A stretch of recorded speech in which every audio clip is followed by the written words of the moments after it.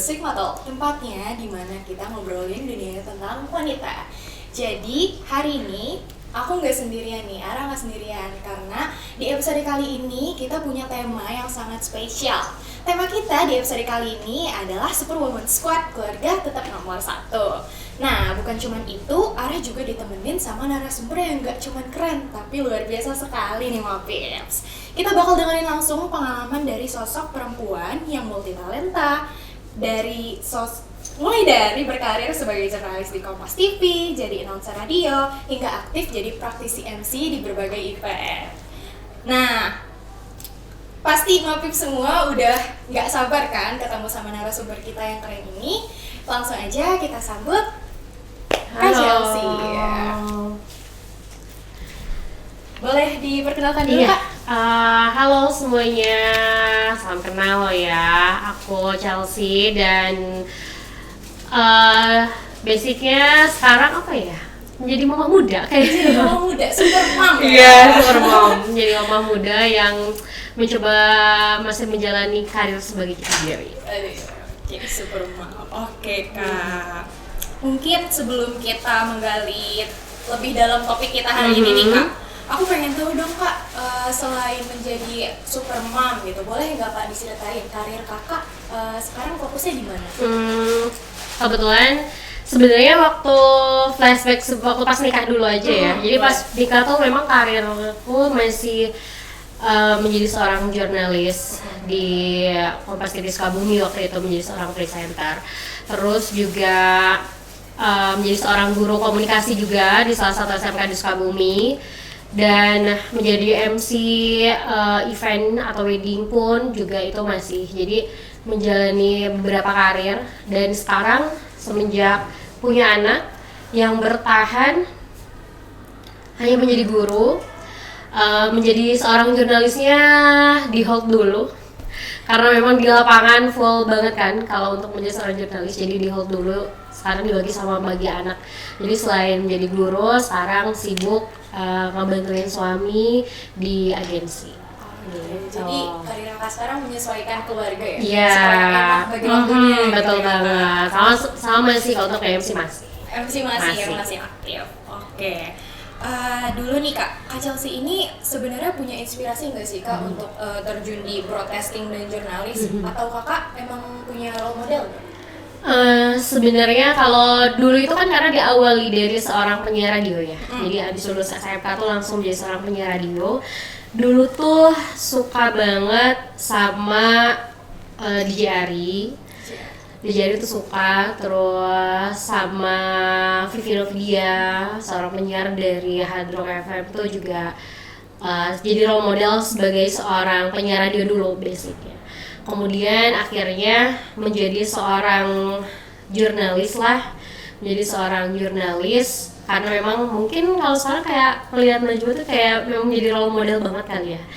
Nah dulu tuh Najwa menjadi seorang role model, karir dia dari seorang reporter di lapangan sampai akhirnya sekarang dia menjadi seorang jurnalis terkenal. Dia mungkin menjadi sosok role model bagi aku kali ya untuk di bidang jurnalisnya. Di bidang jurnalis, Kak Najwa Shihab ya? Iya. Keren banget sih Kak itu kalau dilihat-lihat Kakak sekarang. Kak Chelsea kan sekarang nih berarti di bidang pendidikan dan agensi ya Kak? Iya, betul. Nah, gimana sih Kak Kakak bisa transisi nih dari dua karir ini? Kan awalnya kan jurnalis, lalu sekarang ke pendidikan dan agensi. Apa yang selain keluarga, ada nggak sih faktor yang ngebuat Kakak bertransisi ke karir ini gitu? Sebenarnya kalau misalnya diinihin, karena ada faktor terpaksanya terpaksa karena keadaan kali ya. Karena sebenarnya kalau untuk ngelepasin seorang basic jurnalis itu, ngelepasin dunia jurnalis itu berat sebetulnya.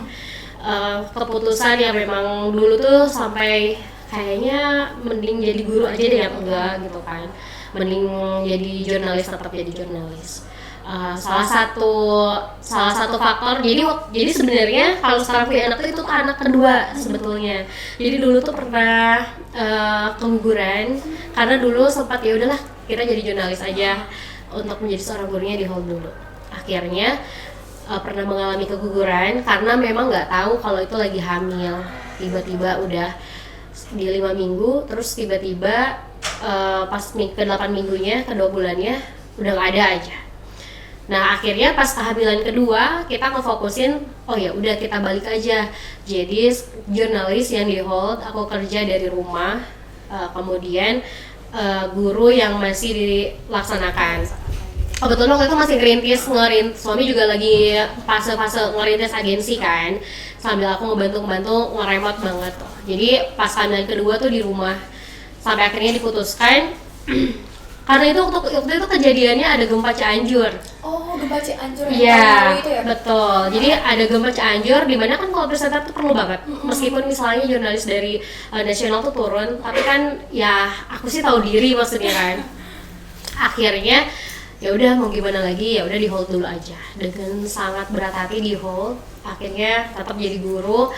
Dan sekarang ngagensi meskipun ya masih di remote aja, jadi keluarnya nggak tiap hari. Itu sih sebenarnya ya terpaksa juga kan gitu ya, terpaksa karena keadaan. Coba kalau misalnya memang waktu itu mungkin nggak hamil yang kedua dan memang baik-baik aja kondisinya waktu itu, mungkin masih bisa jadi jurnalis. Iya. Tapi dari kakak sendiri masih menyimpan harapan nggak kayak sepertinya aku masih ingin jadi jurnalis? Masih banget. Kayak setiap misalnya ada lowongan kerjaan sebagai reporter, misalnya di nasional atau apa, kemarin juga kayak, kayaknya pengen deh. Terus kayak ada CPNS atau apa, pengen sempet kayak ngobrol, ya udah ya kali ya ikut kali ya, tapi dipikir lagi, tapi kayaknya enggak deh, akhirnya ya gimana lagi, jadi ditunda dulu, dengan harapan ya ditunda dulu, jadi berharapnya di next nanti akan dilanjutkan. Jadi nggak gugur tapi memang sedang ditunda dulu Iya, aja. sedang ditunda dulu aja. Ya, fasenya sekarang mungkin lebih ke keluarga dulu aja. Keluarga nomor 1 ya Mak Tips ya. Keren banget ya Kak, berarti perjalanan kakak tuh panjang banget ya, jauh banget. Panjang banget sih, karena ada orang yang bilang 5 tahun pertama dalam pernikahan itu ujian banget. Ujian banget. Aku ngerasainnya mungkin yang diuji dari keluarga aku itu mungkin anak kali ya, karena pernah keguguran, jadi aku lebih menghargai momen anak kedua ini.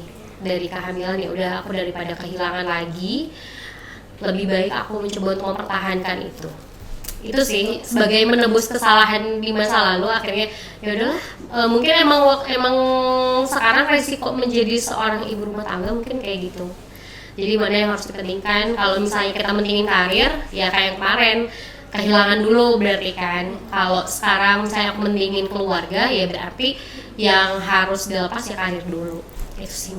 Jadi pilihan yang sangat susah tapi berharga juga gitu ya. Sama-sama berharga. Sama-sama Masa depan yang sangat berharga. Kalau misalnya ngeliat story teman tuh kayak mungkin kayaknya kalau aku belum nikah pasti kayak gitu ya. Tapi kan kita kan nggak bisa kayak gitu kan. Gitu. Oke, keren banget perjalanan Chelsea ini. Oke. Sebelum kita deep dive lebih dalam nih ke topik kita kali ini, aku mau kenalin kakak cemilan enak nih. Apalagi cemilan ini enak banget kalau misalnya ditonton sambil nonton Sigma Talk. Benar banget. Ini adalah cemilan dari Sukabumi, keripik pisang hadai. Ini asli UMKM dari Sukabumi. Boleh dilihat Kak? Wih, boleh nih. Ini yang paling original. Aku ini langganan banget. Oh iya? Aku langganan banget. Dia tuh banyak ya varian rasanya. Ada yang manis, ada yang gurih, ada yang pedas. Aku paling suka yang manis. Dia ada rasa tiramisunya gitu loh. Oh iya, ada yang manis, keju manis, balado coklat dan original. Ini kalau misalnya aku ingin kayak gini, kayaknya ini banget ya. Iya, dia renyah banget dan dia tuh kelebihannya dia kan digoreng, tapi dia nggak kerasa berminyak banget. Oh iya, lihat dari bawah ya. Kayaknya ini wajib dicoba banget sih. Coba wajib dicoba. Buat Mak Tips semua pips di luar sana yang penasaran sama keripik pisang hadai ini, bisa dikepoin IG-nya keripik.pisang.hadai, dan dia sistem ordernya itu by DM. Jadi kalian DM aja, nanti dari pihak keripik pisang hadainya mereka langsung kirim balik ojol. Gitu. Bungkus. Tugas. Itu dulu lagi. Oke. Kita next nih Kak, ke next topik. Nih, dalam menjalani, berarti sekarang kan kakak karirnya ada 2 ya? Selain menjadi super mom nih, selain jadi super mom, karir kakak kan ada 2. Ada nggak sih Kak tips khusus buat bisa tetap produktif dan fokus tanpa melupakan kebutuhan pribadi dan waktu bersama keluarga? Tidak tetap fokus dan tetap sama keluarga ya. Sebenarnya kita lebih ke manajemen waktunya aja sih.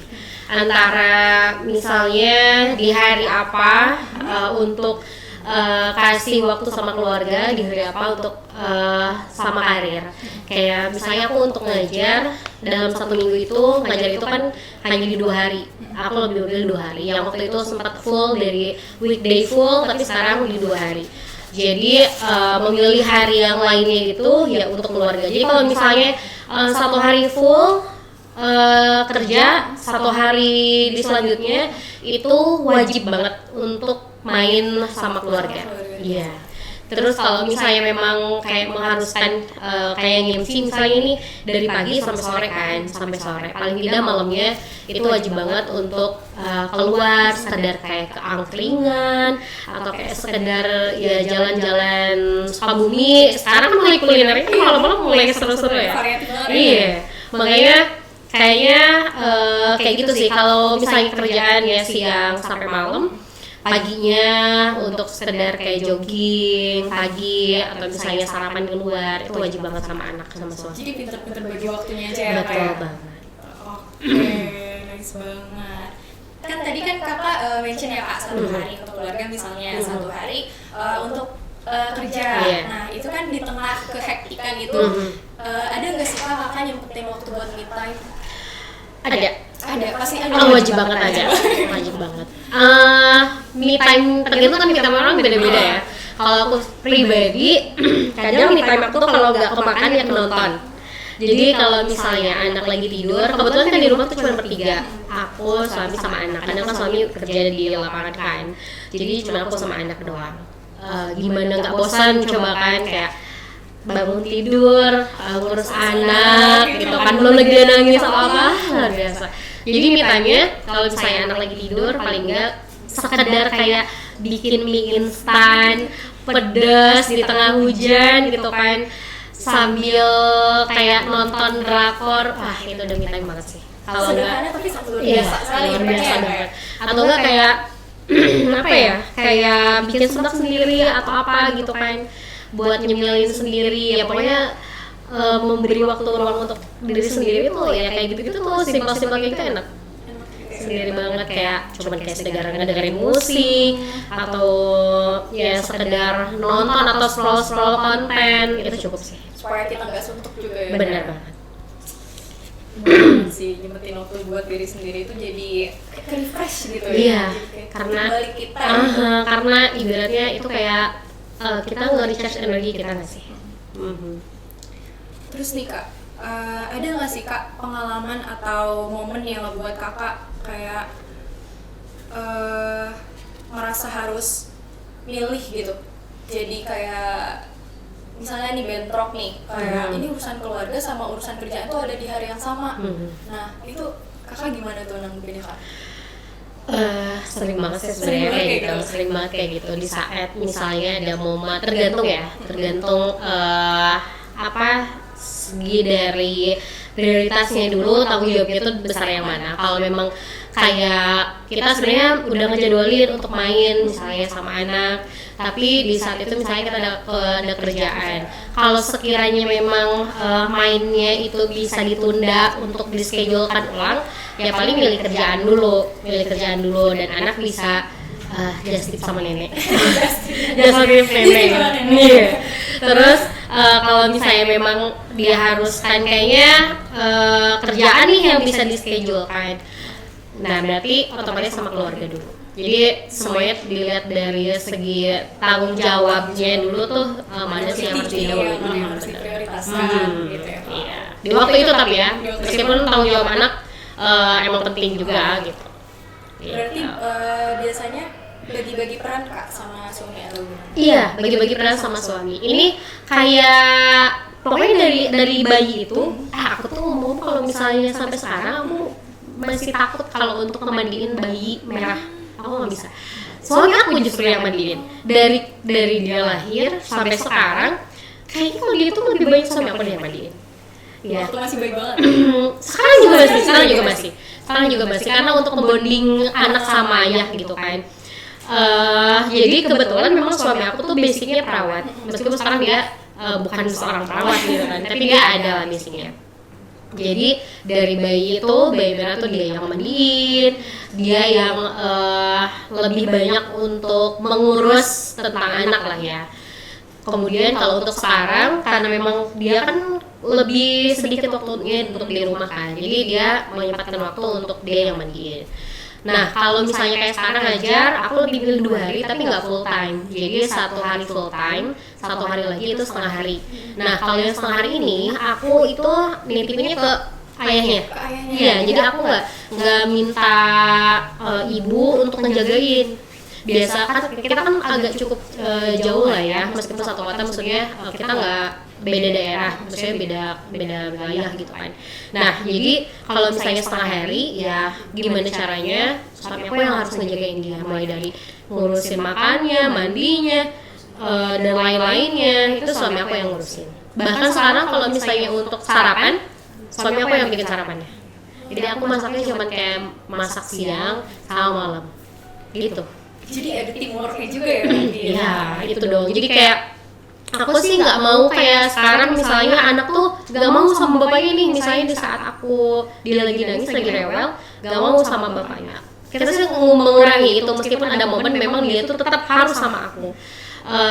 Cuman ya untuk mengurangi agar dia merasa orang tuanya peduli dua-duanya, jadinya gimana caranya ya itu dari dia ngemandiin, ayahnya ngemandiin, terus ayahnya sarapan. Sampai akhirnya sarapan tuh dia paling suka ya nasi goreng ayahnya. Jadi udah keinget gitu ya. Iya. Ayah tuh paling enak. Iya, padahal kayak cuman garam sama kecap. Kenapa sih kalau cowok tuh kalau masak ya maksudnya segala dimasukin kayak enak dong. Iya sih. Tahu nih beda ya kan. Iya. Cowok tuh gitu kayak semuanya sempat dimasukin. Kalau kayak masak mie aja, iya, kalau kayak masak mie aja nih, suami tuh kalau masak mie direbus digoreng, tapi enak. Bisa aja gitu. Iya, dan itu nempel ke anaknya gitu. Setidaknya kayak gitulah, bagi-bagi tugasnya. Jadi aku pun juga nggak terlalu capek. Jadi kalau kayak aku lagi capek nih, kamu masak nggak? Ya udah aku yang masak aja. Jadi kayak gitu. Oke. Itu yang tips. Teamwork makes the dream work. Ingat, apalagi di rumah tangga. Betul banget. Oke, nah Kak, biar ngobrol kita enggak berat-berat banget nih topiknya, aku punya games nih. Boleh. Jadi games ini gampang banget, kakak tinggal jawab cepet aja. Nanti aku kasih statement, nanti kakak tinggal jawab pilihan kakak. Misalnya kayak aku ngasih pertanyaan, meja atau kursi? Meja. Oke. Udah siap nih Kak? Siap. Aku minum dulu. Aku boleh. Silakan diminum Kak. Silakan diminum.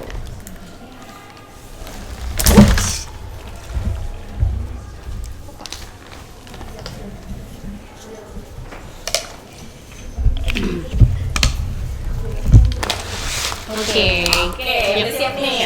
Udah seger nih. Segar banget. Kita langsung nih. Lo bekerja atau quality time dengan keluarga? Quality time dengan keluarga. Oke, nice. Langsung nih Kak.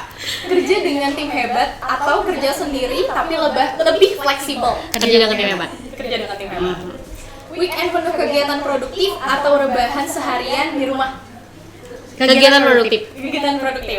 Oke, itu dia pertanyaannya. Kalau untuk sekarang lebih pilih produktif, karena tiap hari sekarang lebih banyak rebahan sekarang sama anak. Oke. Dari pertanyaan-pertanyaan tadi aku kayak pengen nanya deh, kakak ekstrovert kah? Dalam tergantung momen. Tergantung momen. Gitu. Oke. Sebenarnya topik kita nih udah selesai sih Kak, gitu. Mungkin dari kakaknya sendiri nih, boleh nggak closing statement-nya? Oke. Untuk closing ceremony untuk yang belum nikah atau yang udah nikah nih? Boleh dua-duanya karena kita general nih perempuannya. Oke. Jadi ini yang buat belum nikah dulu. Buat yang belum nikah, pokoknya buat kalian pernikahan itu adalah kehidupan baru. Jadi untuk memulai kehidupan baru, kalian dibutuhkan untuk tekad dan juga kepercayaan diri yang baru. Yang pasti kehidupan untuk menghadapi kehidupan baru yang gak mudah itu, kalau misalnya memang tekad kalian udah kuat nih, aku siap nikah, alhasil berarti di saat udah nikah, bagaimanapun itu kalian harus bisa bertanggung jawab atas tekad itu. Jadi jangan setengah-setengah. Buat yang sudah menikah, apalagi baru nih kayak aku, buat yang udah menikah, pokoknya banyak-banyakin tutup mata, tutup telinga, tutup mulut. Karena kenapa? Karena kalau merasakan udah nikah apalagi punya anak, dunia yang baru itu pasti muncul dan pasti kalau misalnya kalian banyak membuka semuanya itu, kalian akan merasa minder dan jadi gak percaya diri. So, untuk membuat kamu menjadi diri kamu sendiri, tutup mata, telinga, dan semuanya yang bisa membuat kamu negatif. Jadi tetaplah percaya bahwa kamu itu berada di tempat yang benar dan kamu itu istimewa. Oke, terima kasih banyak Kak Chelsea atas pesan dan motivasinya. Jujur, aku sangat termotivasi, akan aku ingat selalu sampai nanti aku menikah. Kalian termotivasi untuk menikah cepat? Oh enggak, kayaknya nanti dulu kalau menikah cepat. Masih banyak yang harus dilakukan. Iya, benar. Jangan dulu ya. Makasih banyak loh Kak udah bagi-bagi Iya. ilmu, bagi-bagi insight yang sangat insightful hari ini. Dari apa yang Kak Chelsea bagikan hari ini buat teman-teman semua, buat Mapip semua, jangan lupa buat selalu diingat dan ingat selalu kalau setiap langkah kecil yang kalian ambil, sekecil apapun itu tetap berarti dan tetap berharga. Oke, kita semua adalah bagian dari Superwoman Squad. Jadi yuk saling mendukung dan menguatkan satu sama lain. Dan buat kalian juga jangan lupa buat follow Sigma Talk Podcast di @_sigmatalk di Instagram ya Mapips ya. Dan untuk tadi pisang hadai tadi kalian boleh follow di @pisang.hadai @kripik.pisang.hadai. Dan buat Kak Chelsea sendiri Instagramnya ada di @chelsea_putri13. Jangan lupa di follow Kak Chelsea-nya buat dapat lebih banyak inspirasi dari akun beliau. Oke, Mapips terima kasih buat semua Mapips yang udah mantengin dari awal episode sampai episode terakhir hari ini. Aku Ara, aku izin pamit. This has been Sigma Talk. Bye bye.